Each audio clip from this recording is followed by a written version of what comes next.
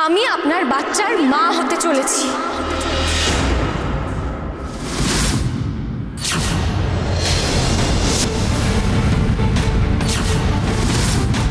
গরিমা কি হলো? এসব কি করছো? আমি মাকে ডেকেছি। গরিমা প্লিজ এসব করো না, প্লিজ।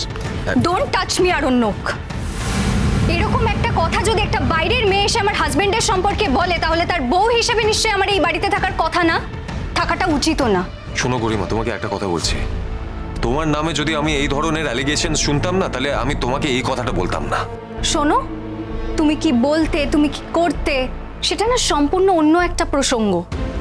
কারণ তুমি খুব ভালো মতো জানো আমার জীবনে এরকম কিছু ঘটবেই না, ঘটার সম্ভাবনাই নেই।